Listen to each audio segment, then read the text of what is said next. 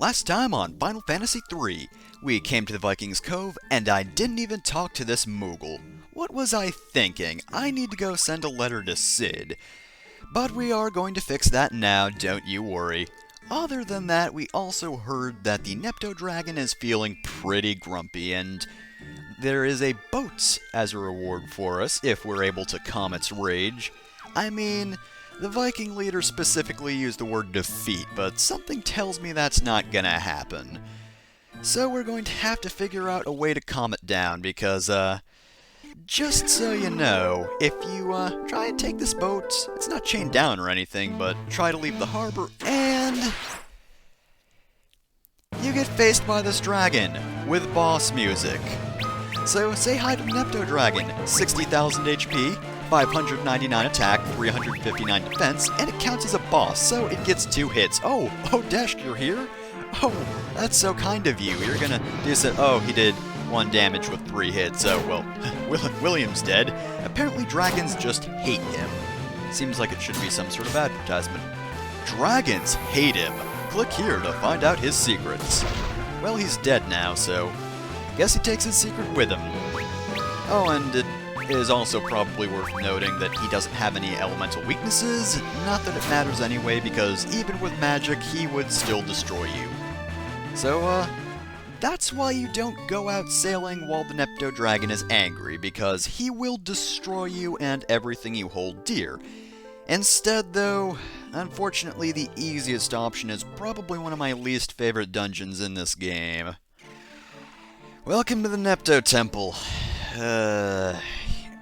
I believe I said that you shouldn't think, rather, that the Tozus Tunnel would be the only place where we'd be minied, right? Well, here we are. Nepto Shrine, or Nepto Temple. It keeps going back and forth for me, but we're gonna have to mini ourselves again. Tozus Tunnel was just a practice course, but now here's the full thing.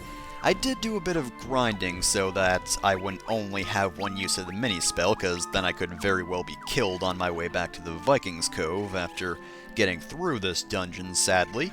But alternatively, I also want to use the Aura spells with William, because those are going to come in handy. Now, I suppose I should get into the good parts of this dungeon. I think it's actually got a pretty good aesthetic going on. Like, it's not the best looking dungeon just because I've gone over that I don't really like caves, and I don't think that this game particularly pulls off caves all that well. The DS version's, well, aesthetic here is actually a fair bit different from the original versions. The original version was just all shrine, like it was fancy, had pillars and everything. Had a few water rooms, actually. This dungeon looks pretty different from the original version, actually, if you look it up. I think it's even got a bit of a different layout as well. But, nonetheless, I actually kind of like the idea that this place is a cave mixed with a shrine. And I kind of like the fact that it varies like that in comparison to the original. But I would prefer it if it started as being all shrine, and then transitioned into cave, and, you know, you could still have the sort of back and forth blend where it's a cave leading into the shrine, which leads back into the cave again. That would look cool and would be fine, but I think it makes more sense if the entire shrine is sort of based, well, closer to where the actual shrine is built, and these are just the tiny parts that we're at. But we're slowly descending underground, and we find more cave, because why would they build so far underground?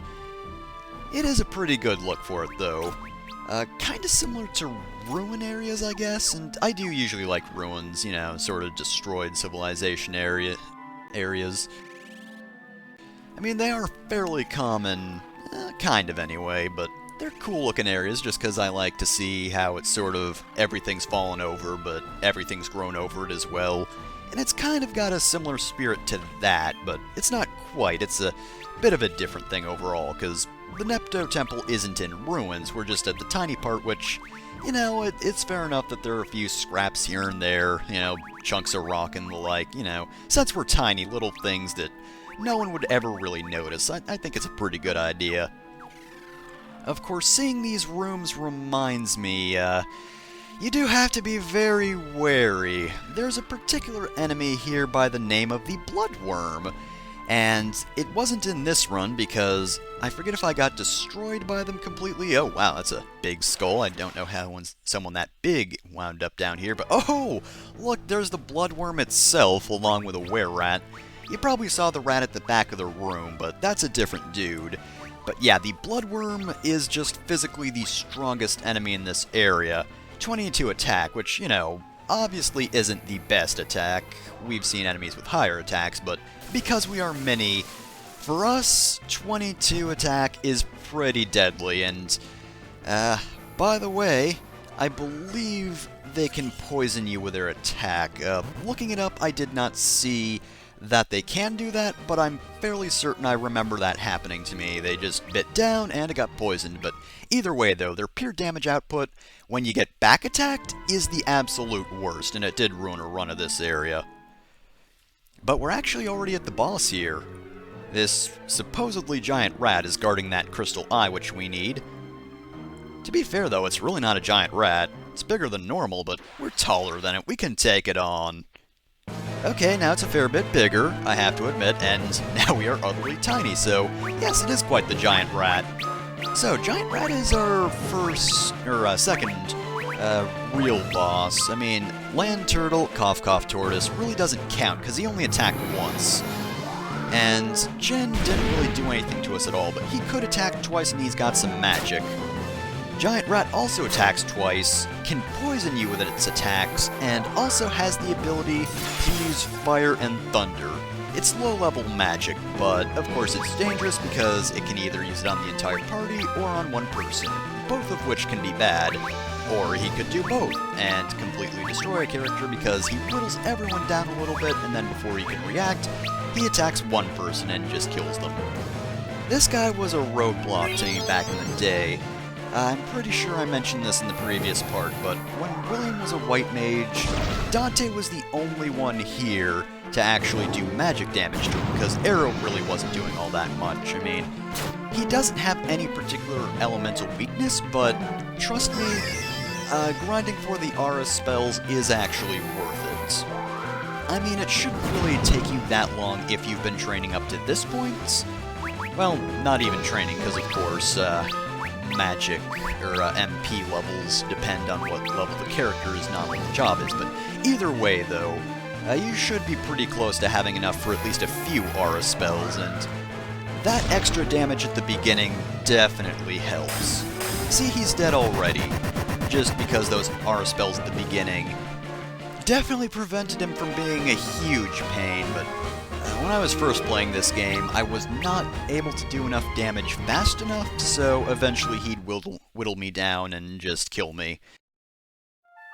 Thankfully though, because I'm probably at least a little better at planning these days, I was able to beat him without too much issue. Didn't get too much damage off on me. Poisoned me, which was annoying, but you know, I have my warriors here to prevent that from really being a huge problem. Now, in fairness, I probably should have changed to mage classes, but I'm going to be stubborn about this one because I absolutely hate the fact that you have to use mages for a segment. Again, the later job systems are better because, technically speaking, you don't need any jobs. I mean, sure, a white mage will help keep you healed, and a black mage will help damage, but in the end, if you're smart about things, you can do something, but here, no, warrior classes are just completely useless. You got 3 classes to choose from for this dungeon, and I just think that's really bad design. But at least it's done and over with. I will admit, to be completely fair, I said it was my least favorite dungeon. I'm probably exaggerating a bit, and it's probably mostly from when I was a kid. I still think it's a badly designed segment, and I don't think the mini segments are good at all. They're not good ideas, they restrict you to certain classes, unless you're like me and you're stubborn. Of course, then again, I'm not doing an all-warrior run, which would be completely impossible in Final Fantasy III. With 2 mages, well, 2 correct mages at least, I was able to beat it because If you only... I've said this plenty of times, but red mage only was not a good idea. Having a black mage instead of a white mage was just better in the long run. Also, I'm talking over the Nepto Dragon talking, but to be fair, he killed me in an alternate universe, so I don't really feel like giving him that much respect. I mean, at least he's nice when he calms down, and decides not to kill us and also all boats. And we get a handy little item here, which I have to admit the horn and fang items I kind of forget about.